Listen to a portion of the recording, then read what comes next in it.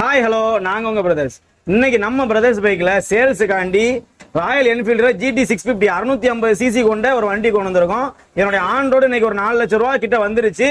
வெறும் 30,000 ரூபாய் கொண்டு வந்தீங்க அப்படின்னா இந்த வண்டியை நீங்க இன்னைக்கு சொந்தமாக்கிக்கலாம். சோ வீடியோ ஃபுல்லா பாருங்க, மிஸ் பண்ணிடாதீங்க. எப்படி இந்த வண்டி 30,000 வச்சு சொந்தமாக்கலாம்னு சொல்றீங்கன்னு எனக்கு தெரியல. வாங்க அதை டீடைலா சொல்லுங்க. வெறும் 30,000 ரூபாய் கட்டினீங்க அப்படின்னா மிச்சம் ஒரு 1,80,000 ரூபாய்க்கு நம்ம லோன் போட்டுருவோம். 1,80,000 ரூபாய்க்கு லோன் எவ்வளவு போடுவீங்க? 2 லட்சம் ரூபாய் லோன் போட்டோம் அப்படின்னா 20,000 ரூபாய் டாக்குமெண்ட் முன்னாடி எடுத்துருவீங்க. மாசம் எவ்வளவு கட்ட வேண்டியது இருக்கும்? ஒரு 18 மாசம் போட்டோம் அப்படின்னா ஒரு 14,500 ரூபாய் மாசம். 4,500 ரூபாய் இன்ட்ரெஸ்ட் அப்படிதானே? 4,500 ரூபாய் இன்ட்ரெஸ்ட். 18 மாசம் எவ்வளவு வருது? ஒரு 90 ரூபாய் வந்துடும். 90,000 வருது. அப்ப டாக்குமெண்ட் சார்ஜ் 20,000 சேர்த்து மொத்தம் 1,10,000 ரூபாய் வந்துடும்.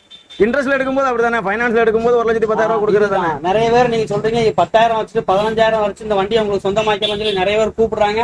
பேன் கார்டு மட்டும் இருந்தா போதும்னு சொல்லி உங்களை கூப்பிடுறாங்க. இதெல்லாம் எப்படி அப்படின்னா, வடிவேல் படத்துல கிட்னி எடுக்குது ஒரு சின்ன பையன் வடிவேலை கூப்பிடுவான்ல, அந்த கதை மாதிரிதான் இந்த வருது. அப்படிதானே? ஒரு மிடில் கிளாஸ் ஃபேமிலியால 14,000 ரூபாய் மாசம் கட்ட முடியுமா?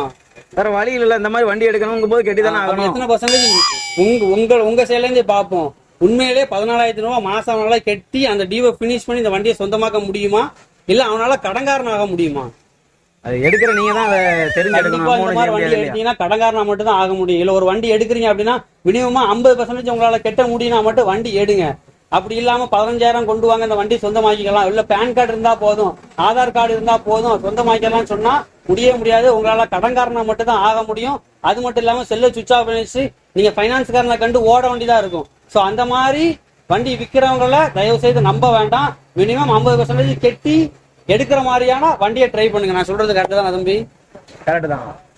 யாராலையும் எந்த வண்டி எடுக்க முடியாதுங்கிற மாதிரிலாம் இல்ல. எல்லாராலையுமே எல்லா வண்டியுமே எடுக்க முடியும். அதுக்குண்டான நேரம் வரதுக்கு கொஞ்சம் நம்ம காத்துக்கிட்டு இருக்கணும். சோ அதுக்காக வீட்டை கஷ்டப்படுத்தி எங்களோட 20,000 இருக்கு 30,000 இருக்கு வண்டி எடுத்தாங்கன்னு சொல்லிட்டு தயவு செஞ்சு வீட்டை கஷ்டப்படுத்தி எடுத்துட்டு அந்த ஃபேமிலி அதுக்கப்புறமா எங்க போய் நிக்கணும், எந்த கட்ட முடியாம ஒரு லோன் கட்ட முடியாம பைனான்ஸ்காரனுக்கு ஒளிஞ்சு வீட்டையே மாத்தி வேற விஷயங்கள் செய்யக்கூடிய நிலைமெல்லாம் நிறைய ஃபேமிலியில வந்துகிட்டு நீங்க கடைசியில கடன்காரனாவும் ஒரு வட்டி அதிகமா கொடுக்க வேண்டிய சூழ்நிலையை உங்களை உருவாக்கி விட்டுரும்.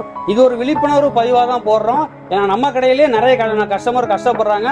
சோ அதெல்லாம் நம்ம மாத்திட்டு இப்போ ஒரு 50% 40% முன்பணம் கட்டினா மட்டும் தான் வண்டி கொடுக்குறோம். நீங்களுமே இனிமே விழிப்புணர்வா இருந்துக்குங்க, வட்டியில விழுந்து கஷ்டப்படாதீங்க. அதுக்காக ஒரு வீடியோவா தான் நம்ம கொடுக்குறோம். உங்களால முடியும் அப்படின்னா இதை நீங்க செய்யுங்க. இதை யாரையும் கஷ்டப்படுத்தணுங்கிற நோக்கம் கிடையாது, யாரையும் புண்படுத்தணுங்கிறதுக்காக இந்த வீடியோ போடல. ஜஸ்ட் ஒரு விழிப்புணர்வு பதிவு தான். சோ இதே மாதிரி வீடியோ நம்ம சேனல்ல தொடர்ந்து வந்துகிட்டே இருக்கும். நீங்க பார்க்கணும் அப்படின்னா நம்ம சேனல் லைக் பண்ணுங்க, ஷேர் பண்ணுங்க, மற்ற ஃப்ரெண்ட்ஸுக்கு இந்த வீடியோவை ஷேர் பண்ணிருங்க மறக்காம. நாங்க உங்க